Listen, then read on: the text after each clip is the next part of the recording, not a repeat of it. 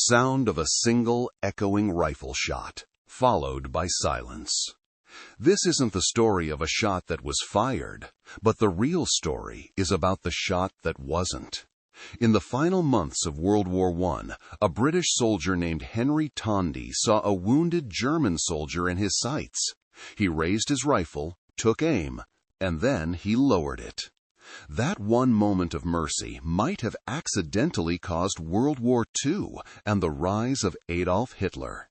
It is easily the most terrifying what-if in modern history. This is the story of a hero, a monster, and the single moment that connected them. The date is September 28, 1918. Germany is losing the war, and their last line of defense is starting to crumble. For 4 years, Europe has been a total nightmare of mud, blood, and bones. Millions are dead, empires are gone, and on this one day, near a French village called Marcoing, one soldier's split-second decision could have changed everything. What if he'd pulled the trigger? To understand just how insane that question is, you have to know about the man who made the choice. Because this wasn't just any soldier, the guy was a certified hero. Before he became a legend, Henry Tandey was just a regular guy. He was born in 1891, and his early life was tough. He spent time in an orphanage and later worked as a boiler attendant in a hotel. Maybe looking for some structure, he joined the British Army in 1910 with the Green Howards, a top-tier infantry regiment. And get this, the guy was tiny. He was less than 5 feet 6 inches and weighed under 120 pounds. But what he lacked in size, he made up for with insane courage. Before the Great War, he was a professional soldier, learning his trade in peaceful places like Guernsey and South Africa.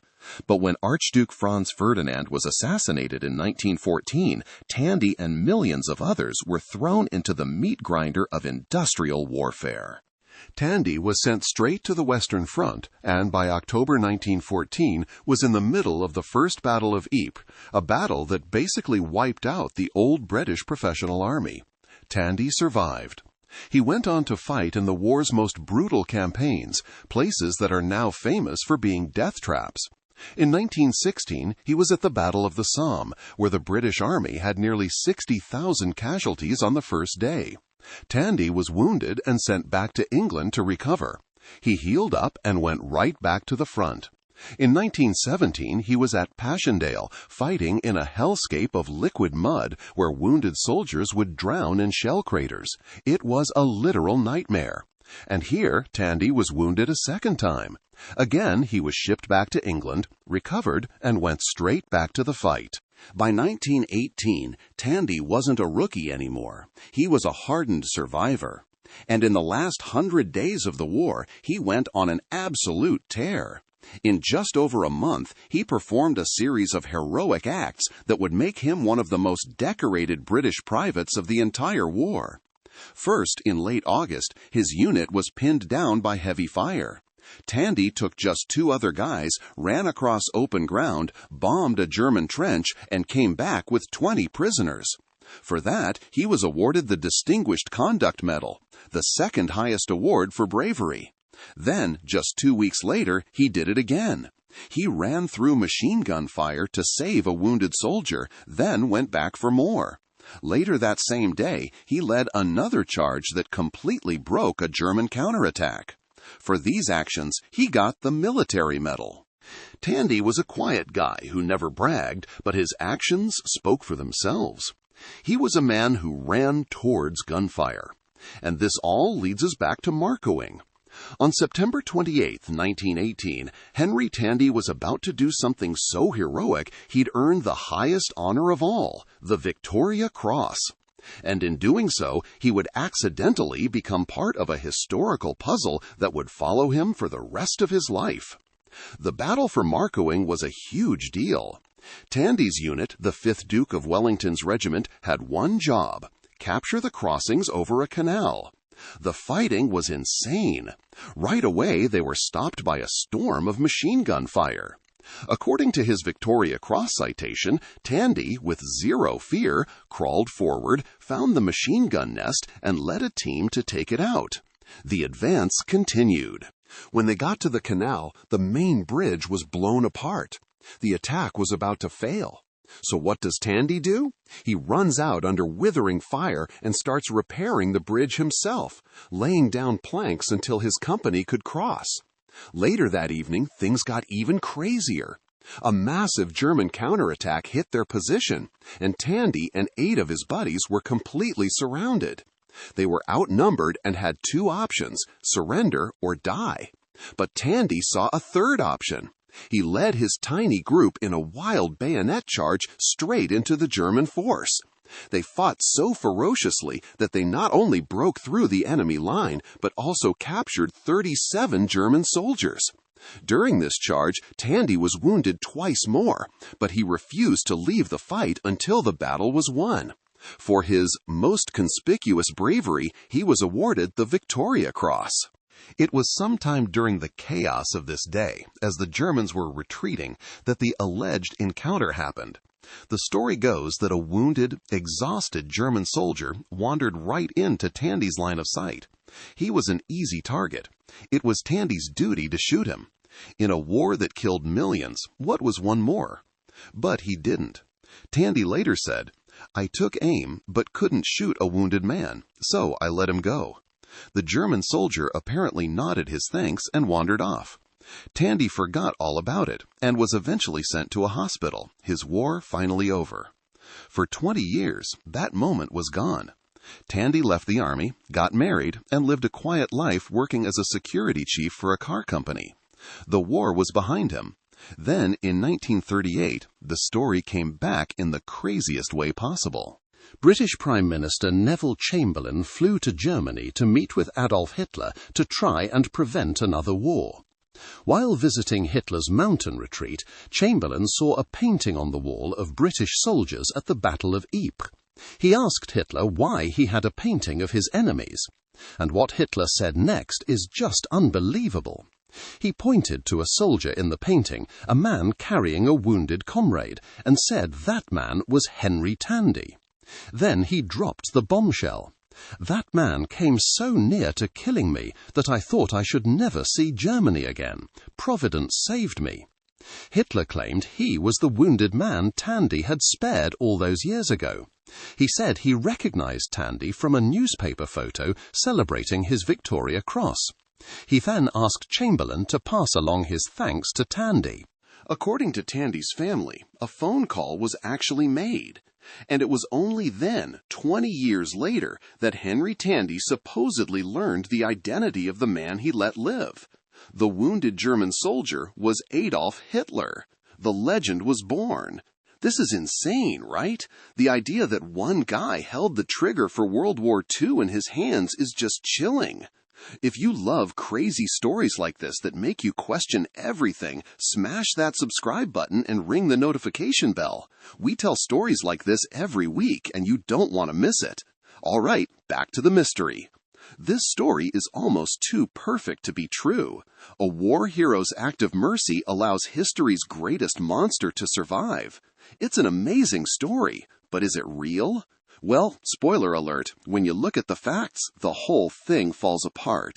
Problem number 1, the painting. That painting Hitler had on his wall, it doesn't show the battle from 1918. It shows the Battle of Ypres, which happened in 1914.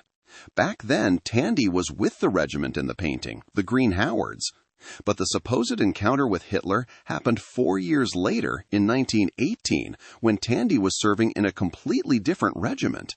So Hitler claimed he recognized a man from 1918 based on a painting of him from 1914 wearing a different uniform. It makes no sense.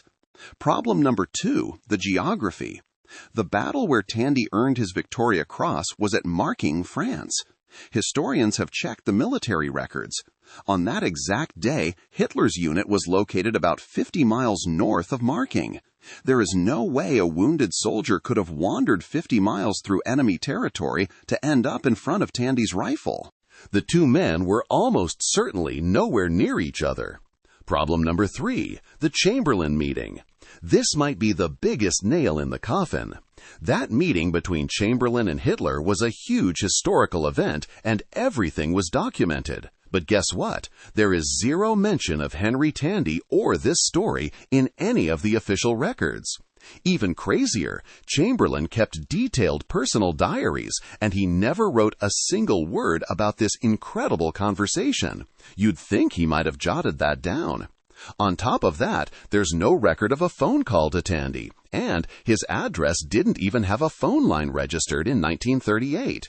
So, if the story is fake, why would Hitler make it all up?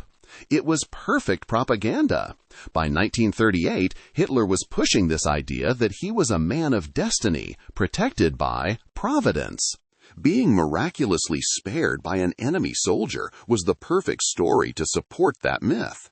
It might have also been a weird attempt at manipulation, a way to build a strange personal connection with the British Prime Minister. And what about Henry Tandey himself? He never flat out said the story was true. His first reaction was confusion. He basically said, "They say I met Adolf Hitler. Maybe I did, but I can't remember." He admitted he often spared wounded soldiers, so it was possible. His most famous quote, the one where he expressed regret, came much later. In 1940, during the Blitz, London was being bombed by Hitler's Air Force. A journalist found Tandey right after his own home in Coventry had been damaged in a raid. Surrounded by death and destruction, he reportedly said, "If only I had known what he would turn out to be." When I saw all the people and women and children he had killed and wounded, I was sorry to God I let him go. This isn't really a confirmation. It's the cry of a good man horrified that his own code of honor was now tied to a global catastrophe. So, what's the verdict? The story of Henry Tandey sparing Adolf Hitler is almost certainly a myth. It's a fabrication that Hitler found useful for his own political brand. It's a legend, not a fact. But just because it isn't true doesn't mean the story isn't important. Why does this legend stick around? It persists because it's one of history's greatest parables. It's the ultimate what if, forcing us to realize that huge historical events can feel like they turn on tiny personal moments, a split-second choice made by one guy on a battlefield. The real power of the story is its irony. The main character isn't Hitler, it's Henry Tandey. Here was a man who was, by every definition, a hero. He was brave, he saved his friends, and he was compassionate. His decision to spare a wounded man wasn't a one-off. It was who he was. He didn't shoot wounded soldiers. The terrible irony is that this very goodness, his humanity, is now forever linked to history's greatest evil. The legend makes us ask some tough questions. Does a good deed stop being good if the consequences are horrific? After the war, Henry Tandey lived a quiet life. He tried to sign up again for World War II, but was turned down because of his old injuries. He died in 1977 at the age of 86. In a final, perfect tribute, his ashes were taken to France and buried in the Masnieres British Cemetery at Marcoing, the very battlefield where his bravery earned him the Victoria Cross, and where a legend was born that would make him a part of history forever. The shot that was never fired still echoes. It's a reminder that history isn't some abstract thing. It's made up of individual human choices. Henry Tandey, the hero, chose mercy. The world had to live with what came next. The story of Henry Tandey and Adolf Hitler is one of the most powerful what-ifs in history. Even though the encounter almost certainly never happened, the legend tells us so much about our fascination with fate, chance, and war. So what do you think? Does it matter that the story is a myth? And here's the ultimate question. If you were in Tandey's shoes that day, what would you have done? Let us know your thoughts in the comments below. If you enjoyed this mystery, give this video a like and subscribe to the channel for more stories that break down the past. We'll see you in the next one.